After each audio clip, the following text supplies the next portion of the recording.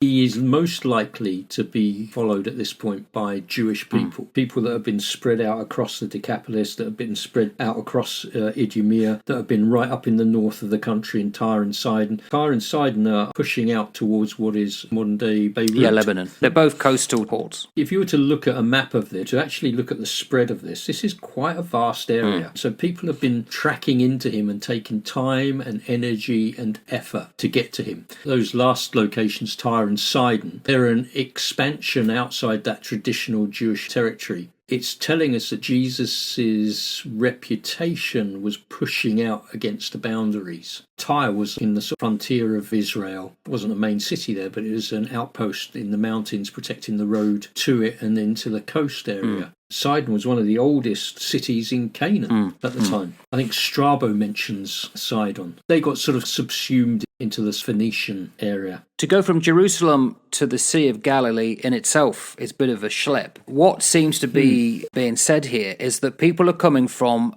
almost the outer regions or reaches of this part of the world that would have been known specifically to the Jews, because beyond them you're dealing with nations and part of the Roman provinces that they may or may not have known about so much. This is quite an interesting way in which it's written, isn't it? They're not Jews necessarily in terms of the cities where they're coming from. He's made his mark, ironically. He has. And when you just think about this in cardinal points of the compass, you've got north, you've got east, you've got south. And then it talks about him going into the sea as well, doesn't it? Well, obviously the major sea is the Mediterranean Sea, which is off to the west. But it doesn't specify, does it, as to which sea? It just says he goes into the sea. This is just showing that his ministry was rapidly expanding, that the people were beginning to flock to hear him. I also wonder if it's because of the Samaritans. Samaria is between Jerusalem and the Sea of Galilee. They would have had to have skirted around it towards Scythopolis, and then you come into Mount Tabor, of which obviously the other side is Nazareth. Does anything good come from there? And the Decapolis is just to the south of the Sea of Galilee. So the west isn't mentioned, but I think it may be, and I'll hazard a guess, because of Samaria. May well be. Think about this as well. Nothing is wasted in Scripture.